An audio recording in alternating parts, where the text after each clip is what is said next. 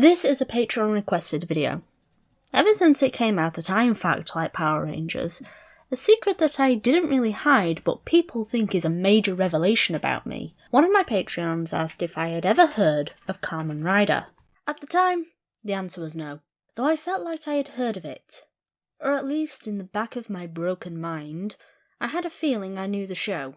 Turns out I might have done, thanks to Fox Kids. Back in the 90s, the station, Fox Kids, ran shows like the Power Rangers, but also shows like Beetleborgs and Masked Rider, a show that was based off the Japanese series Kamen Rider Black RX. Masked Rider was owned and produced by Saban, which is why people probably try to forget about it. But my Patreon, knowing my love for Power Rangers, suggested that I should give Kamen Rider a chance, and so proceeded to give me the entire Kamen Rider OOOs season plus movies. So it was time for me to sit my fat ass down, not hard to do, and watch Kamen Rider OOOs. It's awesome!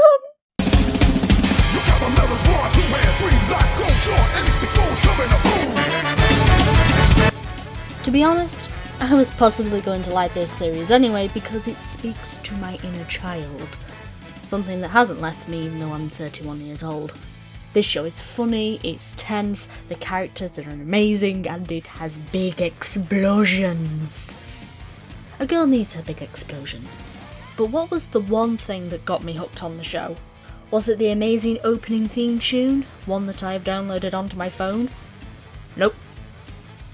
Was it the scene of our main character being exposed in nothing but his underwear to an entire squad of police after a wall fell down? Nope.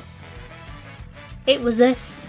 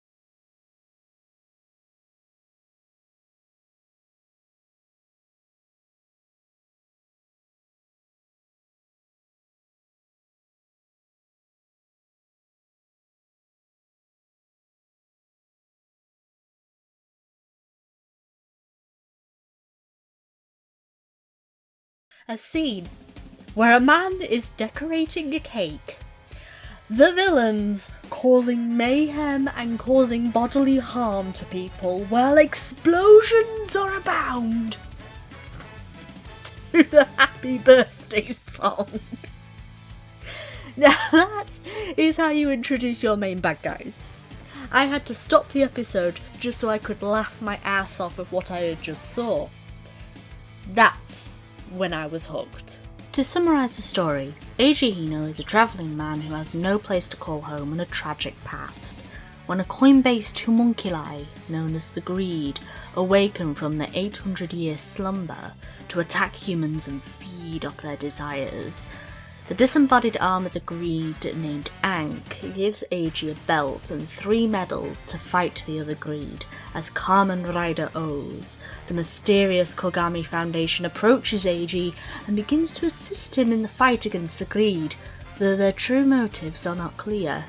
As Eiji fights the Greed and their yummy monsters, learning more about the Greed and Ankh, he starts to find a purpose beyond his journey. Pretty simple. Save the world from being blown up kind of story, but the charm is in its smaller story arcs and the character interactions throughout the season. The series is from the Heisei era of Kamen Rider, the era that ran between 1989 and 2019. OOOs is more of the later end of the era, or known as Heisei Phase 2, along with W and Forzei. OOOs is episodic, with an overarching storyline, one that grips you into thinking just one more episode, and then you realise it's 4 o'clock in the morning and should probably get some sleep.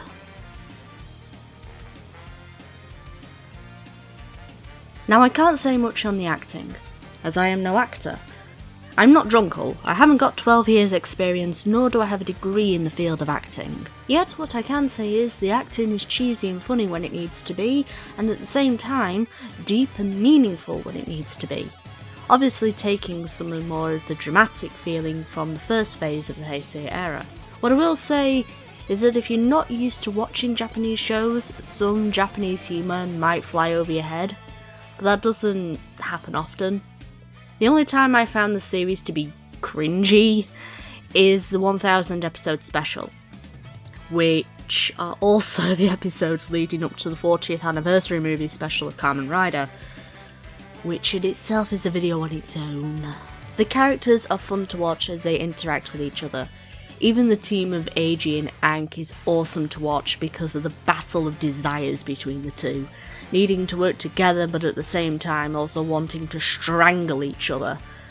But to focus on the characters themselves, Eiji Hino, played by Shu Watanabe, the eternal altruistic wanderer who's destined to collect all the core medals to become king, a man whose best wish is to help everybody in the world, including a floating disembodied arm with quite the greedy personality.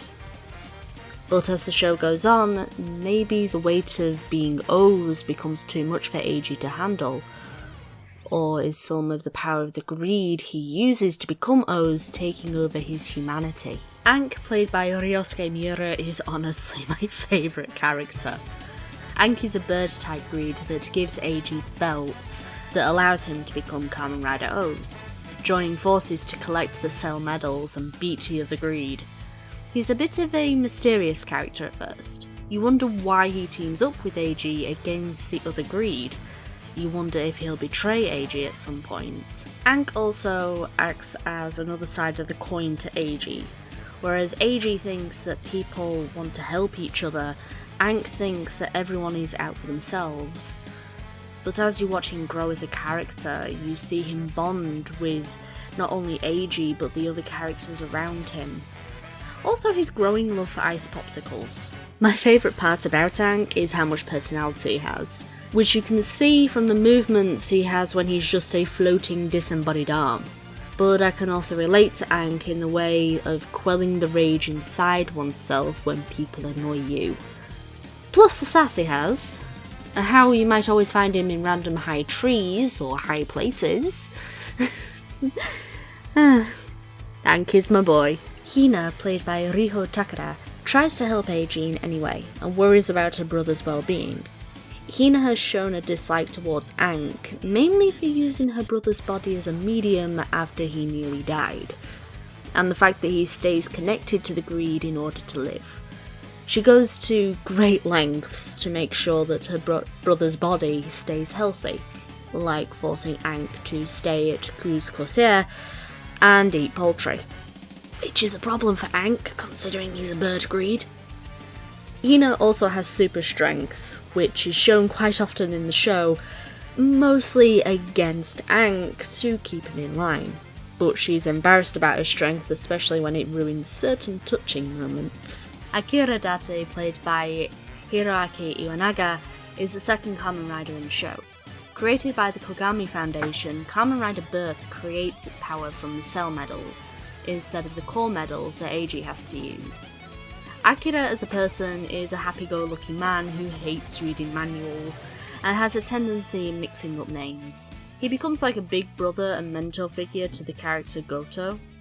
His use of the birth system tends to be a learn-as-you-go approach, and as such, he is not as effective as Goto when it comes to using the exosuit and its armaments. Speaking of, Shintaro Goto, played by Asaya Kimijima, is a stereotypical workaholic, always wanting to prove he can do something. At first, he's not a fan of Eiji becoming OOOs, thinking that the way he does things are too lax, also not to mention working with the enemy, a floating disembodied arm. but over time becomes a core member of the group, and as a character you learn to love over time, though it doesn't stop everyone making him the butt of their jokes. Kosuke Kogami, played by Takahashi Ukaji, or as I like to call him, Happy Birthday Man, is the head of the Kogami Foundation, though outside of what the company does to help Eiji and Ank, I don't actually know. I'm guessing it's some sort of technology company, or like a Google company that has its hands in every pot possible. But the man himself is, in a word, eccentric. He's all about celebrating beginnings and birthdays with full gusto, usually seeing him making cakes in his office, which then his assistant has to eat at the end of the day. He'll celebrate birthdays of employees, to new contracts, to new technology, but even he is a layered character, in the sense that there is more to him and what he might be up to. Why is he helping OOOs? How did he get so many cell medals? And why does he know so much about the greed? だけいるんだよ。よし、バイクで蹴散らすか。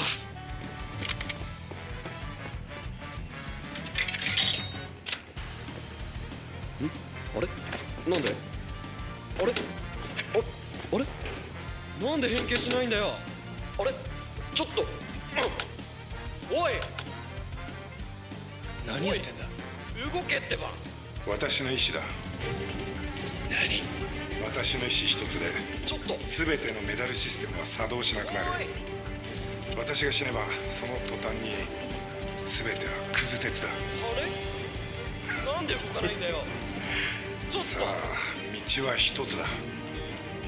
今後手に入れたメダルの 70% を渡すこと。そうすればメダルシステムは使い放題だ。おい。約40だ。70。そんなに渡せるか。70。一体どうなってんだよ。ちょっと頼むよ。オーズの戦いが有利になれば得をするのは君だ。50。70。おい、変われって。はい、変わった。おい、変われよ。おい、60だ。これ以上はない。ハッピーバースデー。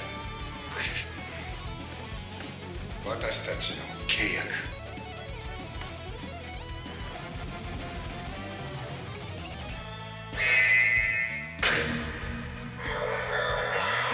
貴様、最初から。Dr. Maki, played by Yu Kamio, is a character I can't go too much into without giving the plot away. But he's an interesting character in the sense that he is the opposite of Kogami. Whereas Kogami is all about birth and beginnings, Dr. Maki is about death and endings. So it makes you wonder why he's working with Kogami in the first place, if not for his own gains. Is he just a scientist that wants to be left alone and make creations, having the Kogami Foundation's backing to do so, or is he up to something else? Just one thing to remember. Don't touch the doll. 只野くんの実験阻止してしまったようですね。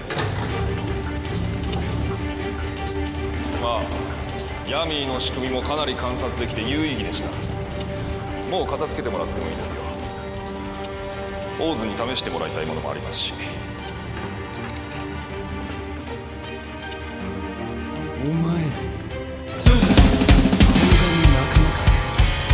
そのカンドロイドはベンダーに装着することで威力を発揮します。かなり有効なはずです。後で感想を聞かせてもらえたら今後のメダル。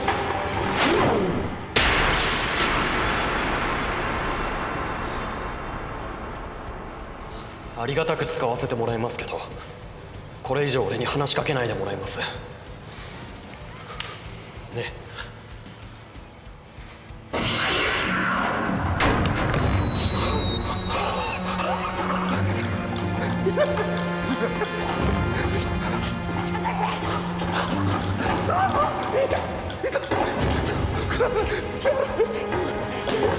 Mezul, Uva, Kazri and Gamel are the main greeds that we see over the course of the show. Like Ank, Each greed is based on a set type of animals, and you could say these animals influence their personality. The music in OOOs is most of the time upbeat and catchy, much like the show itself. The opening, Anything Goes, gets your attention and enthusiasm up to watch the show, though when it comes to the theme songs of the transformation combos, like Tajodo, the red combo, or the purple combo, Puto Tira, you get the feeling that there's more meaning and gravitas to the music, even if you don't understand the Japanese lyrics. For example, the Tajodo theme song, Time Judges All, performed by the two main characters themselves, is a song about the clashing personalities of both characters, but how at the same time those personalities create a new power, describing the bond between them, while Puto Tira, sung by Shu Watanabe on his own, has a sense of despair and anger behind it. If you can't tell, my favourite is Time Judges All. In conclusion, I love it. You might already know about Kamen Rider and say I'm late to the party. Well, I'm late to many things, so that's no surprise. But if you didn't know about it, and you like shows like Power Rangers and similar types of media, give it a watch. Yes, there are several seasons before OOOs, but I think for newcomers it's a good season to get your feet wet, so to speak. The action is great, the characters are fun to watch, the themes and spectacle of the show keep your eyes glued to the screen. Also, big explosions! You can move forward or back, take a gander at Decade, and the weirdness that happens in that season, or jump forward to Forze and have a laugh. Or watch whatever season you think has the coolest looking suit. Either way, I thoroughly enjoyed Kamen Rider OOOs, and I can't wait to see more Kamen Rider.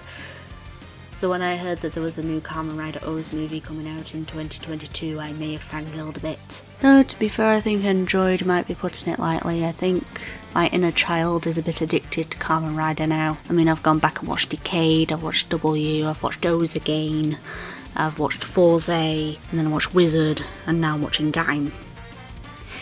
Yeah, I may have demanded the entire Heisei era from my Patreon.